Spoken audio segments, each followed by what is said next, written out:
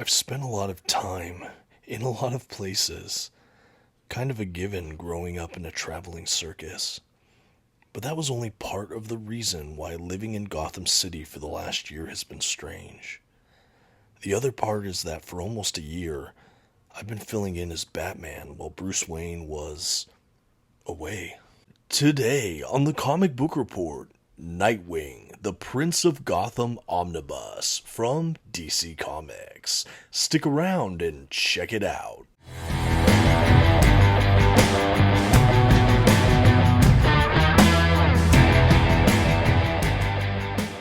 Greetings from Gotham, everyone. My name is Dominic, and today you're tuning in to the Comic Book Report, where we review comic books and graphic novels so you can get an idea of what to read. And today I'm excited to be back in the world of DC Comics talking about Nightwing.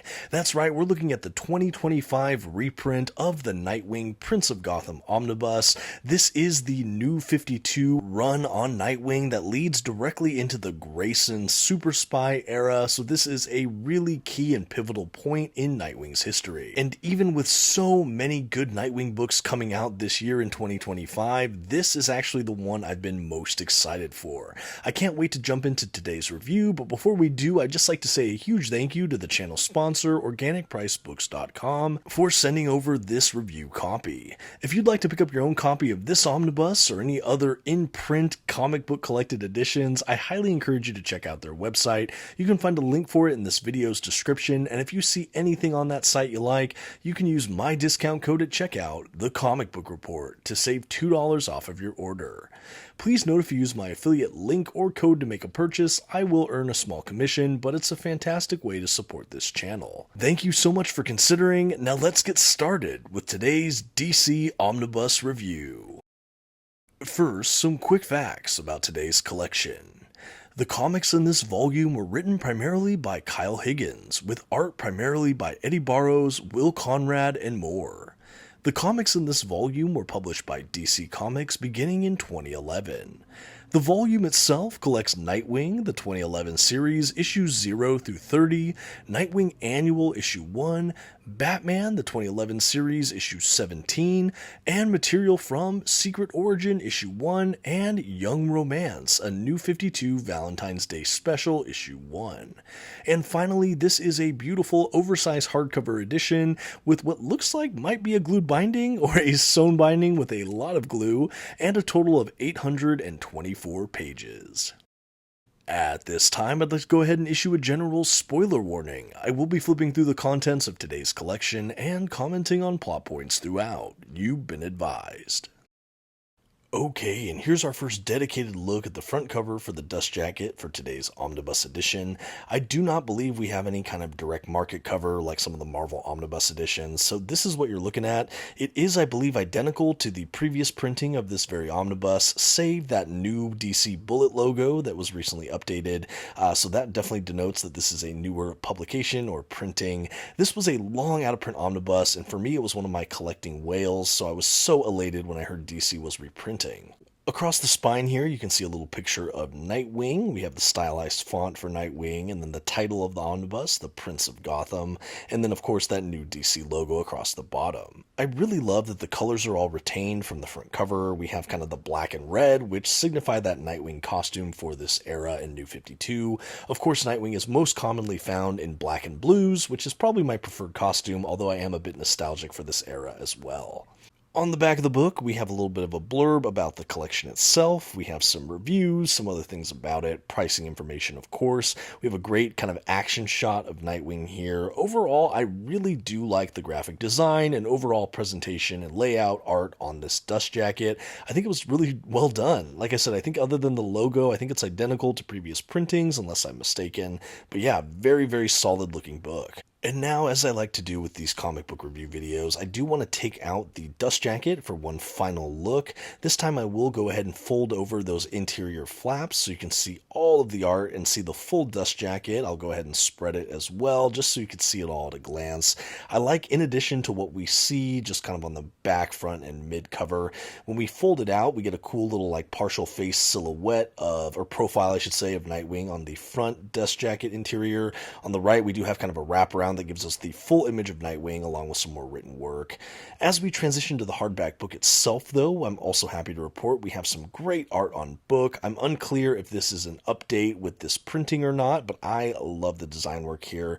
We have, of course, Nightwing fighting one of the Court of Owl's talons. On the back, we have kind of an acrobatic mid-leap Nightwing image. On the spine, we do have the Nightwing text and then the title of the omnibus along with the bullet logo.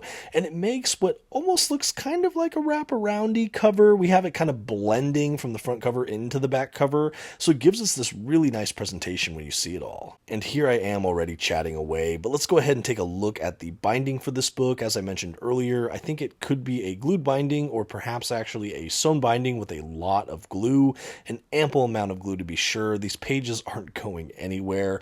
Overall, I am happy with this binding. There are some times where the lack of an eye, I almost have to push down pages to see some stuff that goes into the gutter, but I didn't really find any of it too severe. And here, just for fun, I do have this Nightwing Omnibus alongside the subsequent volumes that kind of continue a streak of this character.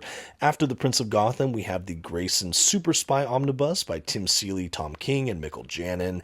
Very, very fun, and this omnibus we're reviewing today leads directly into that Grayson Omnibus, followed by the recently released Nightwing Rebirth Omnibus by Tim Seeley again with Team, but that also continues directly from Grayson into an ongoing Nightwing title. So if you have these three omnibuses, I believe you have an unbroken line of Nightwing solo books just kind of in a row. Really excited to have all of these, really eager to do kind of a read through. I did do a review of Grayson, and I'm currently reading through that Rebirth era, although I did do an unboxing. And as we jump into this omnibus proper, you can see the end pages show us a black and red Nightwing logo, which I love to see. After that, we do have a title page, followed by a breakdown of kind of creators page, publication information page, and then a full numbered table of contents. And that is something I have to commend DC Comics for. I feel like even with their modern omnibuses, more likely than not, you do get a full numbered table of contents. That's less common with modern Marvel omnibuses, and I am such a sucker for a table of contents, so really nice to see. After that, though, we jump into the first issue of the Nightwing 2011 series with issue 1. Now, this is the Nightwing New 52 run, or at least the first half of that before we go into Grayson. This occurs directly after the Flashpoint event, which kicked off the whole New 52 continuity or timeline. Do you need to read Flashpoint before enjoying this Nightwing book? No, I don't really think so whatsoever. It is nice for kind of continuity fans out there, though, to know what spurred this kind of shift with the title. In the New 52 run, the characters are aged back a little bit, and they kind of play fast and loose with what did happen in the canon. This era is kind of controversial in DC Comics history, I would say. I'm a huge fan of it. I'm an outspoken, again, enjoyer of New 52 in general, because that coincided with a time when I was first getting into comics for myself, collected editions for myself, so I'm always going to be nostalgic for it. This also debuted the black and red Nightwing costume, which we have throughout this whole omnibus. He's more commonly found in black and blue, but this black and red style is definitely evocative in its own way, and for me, like I mentioned earlier, it is deeply nostalgic, just because, again, I'm a fan of this period. And I do want to mention, before we get too much further in the video, why I was so excited for this Nightwing release when we have so many other great Nightwing books coming out this year or have been released this year, like that Rebirth Omnibus. We have the second kind of Chuck Dixon era Nightwing Compendium that just came out.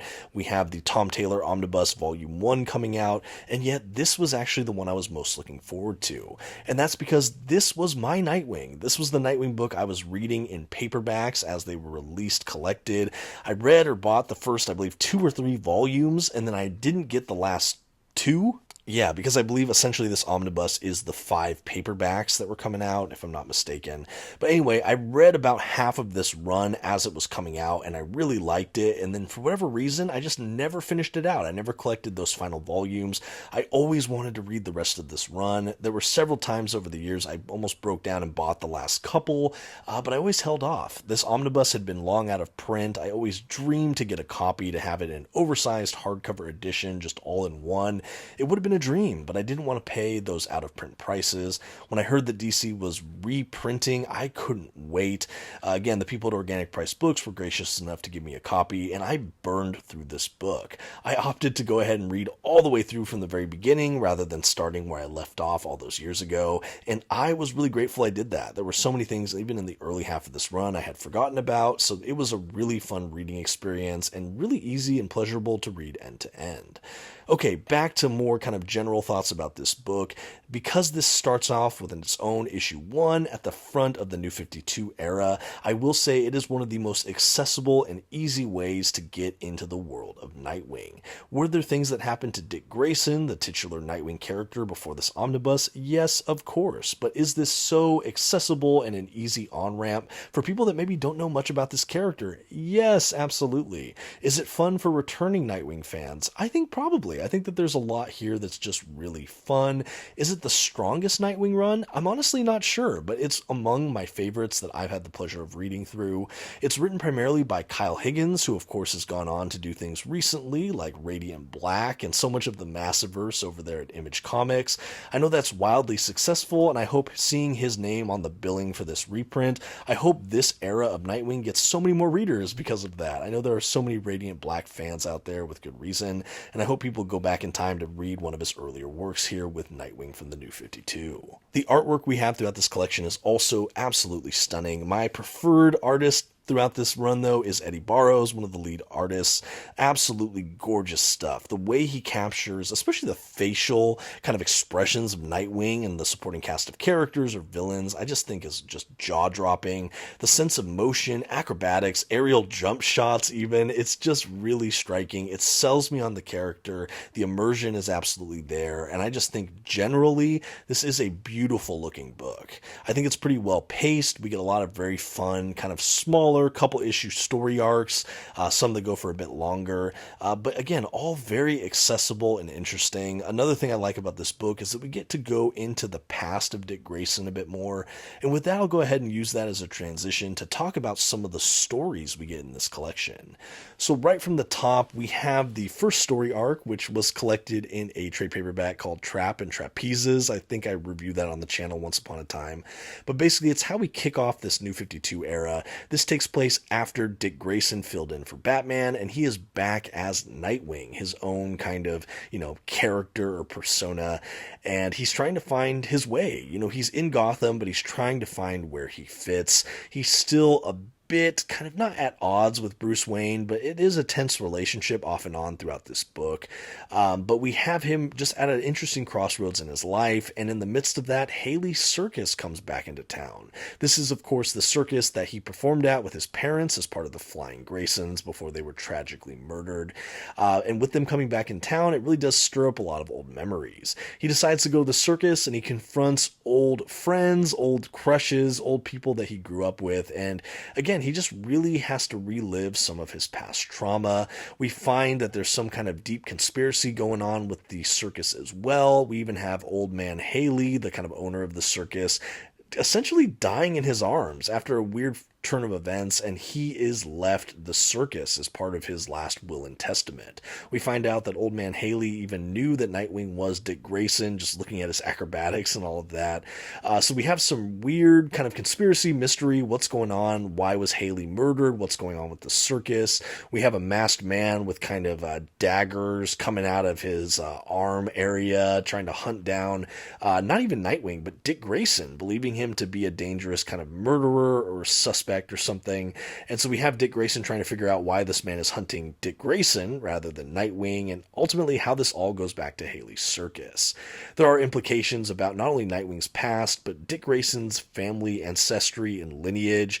This actually ties in very well with Scott Snyder and Greg Capullo's Court of Owls or Night of Owls era over on the main Batman title, because in the pages of this book we actually find that Dick Grayson is really related to to kind of the happenings of the Court of Owls. In fact, his bloodline was supposed to be kind of the next in line to be the main Talon. They believed Dick Grayson was supposed to be raised up to be the next agent or assassin for the Court of Owls, but instead one of his close friends was recruited instead, and he was taken in by Bruce Wayne to, of course, become Robin and finally Nightwing. This all comes out again around the Court of Owls era. We have a cool flashback issue from like turn of the century with Court of Owls material. They often call Dick Grayson the gray son of Gotham, and that all goes back to some of the Court of Owls shenanigans. I really did like this. They kind of tied in some of Haley's circus, this traveling circus, as a kind of way to kind of filter in and out who could be the next Talon. You have this kind of drifter that no one would miss, who's highly acrobatic and athletic and proficient, and it's just really, really a fascinating look at the inner workings of Gotham, the Court of Owls, and what that really looked like. It's also kind of fun to see what Dick Grayson might have been should Bruce Wayne not have adopted him.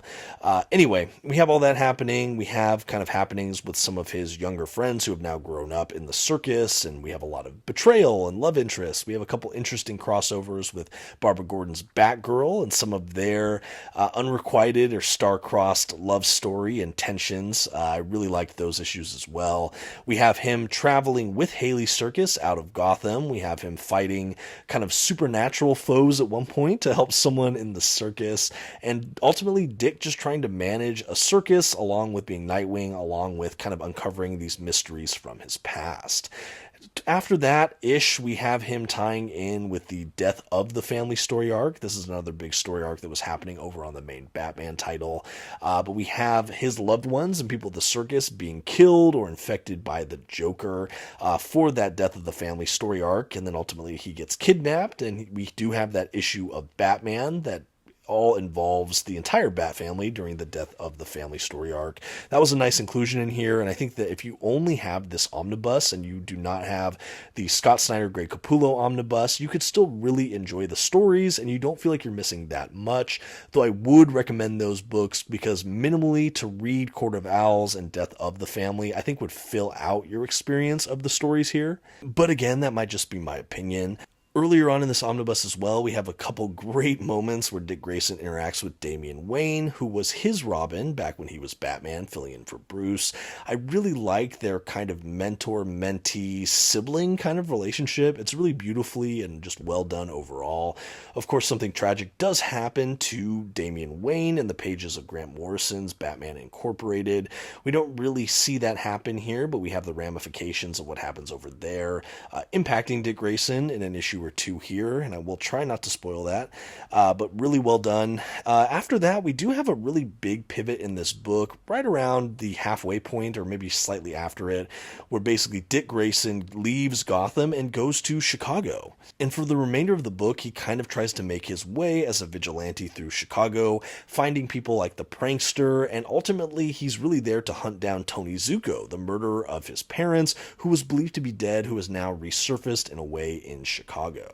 We find a lead from that because Sonia Branch, who is Tony Zuko's daughter, they almost had a fling together, and she was a character kind of in the front half of this omnibus, but she kind of helped spill that her dad might still be alive, and he's able to track down a lead in Chicago. So yeah, Nightwing goes to Chicago, and that is where the remainder of the omnibus takes place. I will say the back half of the omnibus that does contain these Chicago stories were, for me, the least strong half of the omnibus.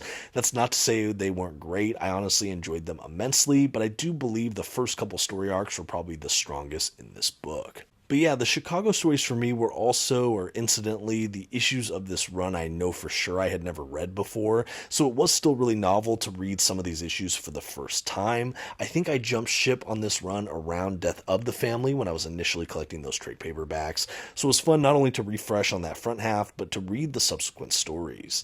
The Chicago era did introduce some other characters. We had a more grounded city in many ways, but we find that there was a history of costume vigilantes in sometime in the past in Chicago that ended poorly. We have Dick Grayson really just not doing well with the local law enforcement, at least initially. We have the prankster just absolutely terrorizing, and Nightwing kind of being their only hope at one point. And the run ultimately culminates around issue 29, where we have Nightwing trying to save a young girl whose parents were murdered by Victor Zsasz. The young girl tries to confront the murderer herself, and Nightwing has to come in and save her from the clutches of Zsasz. This was a really great way to end this run. Honestly, it felt like a full circle moment, and Kyle Higgins and team really did a good job wrapping it all up with issue 29. So I was surprised to see that there was still an issue 30, because I thought, how do you end the run after you basically gave us a perfect ending in issue 29? And my questions were answered when I actually read issue 30. Now, issue 30, in my mind, is a bridge issue that really helps you get from this run to the Grayson Super Spy era. And I should note that this is probably the biggest kind of narrative gap we have in this omnibus. I mentioned already that there are stories from Grant Morrison's Batman Incorporated that would be helpful to read, and a couple story arcs from Scott Snyder and Greg Capullo's Batman run to read to really get the full impact of this book, you know, as it touched some of these other titles in the DC universe.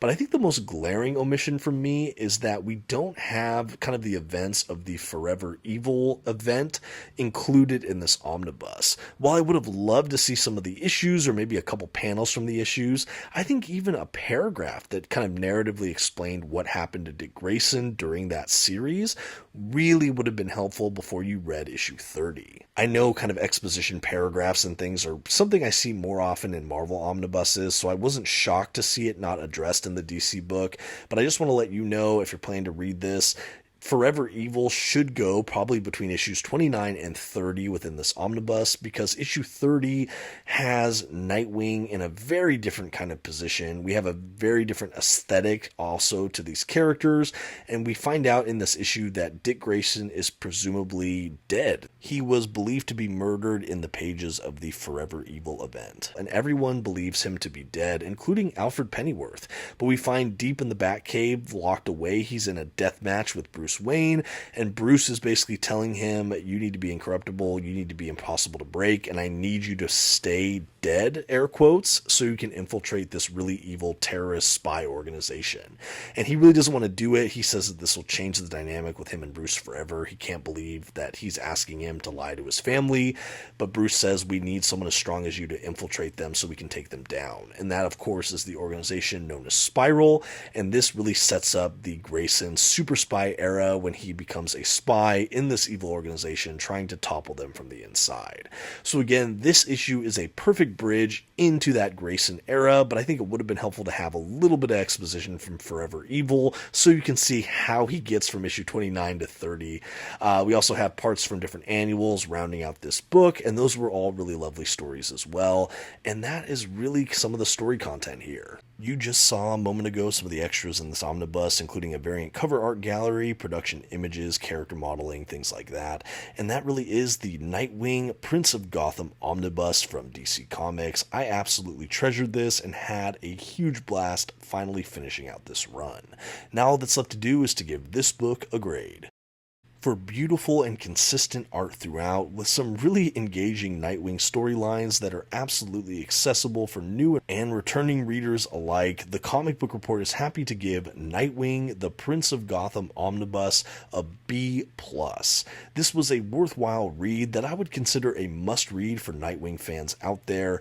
This to me is my Nightwing, or at least the Nightwing I started with, and it still holds up for me in every way I can conceive of. The fact that DC saw fit to reprint this omnibus again was an absolute dream, and I couldn't wait to just make my way through it. So much fun reading this one. It made me really excited to have this followed by Grayson, and now the DC Rebirth era omnibus for Nightwing. What a treat to be a Nightwing fan these days. But let me know what you think of the Nightwing New 52 comic era. Let me know if you're picking up this omnibus or any of the other Nightwing omnibuses this year. I'd love to hear all about that in the comments section. And before we sign off, again, a huge thank you to the folks over at Organic Price Books for sending over this review copy in exchange for this honest review.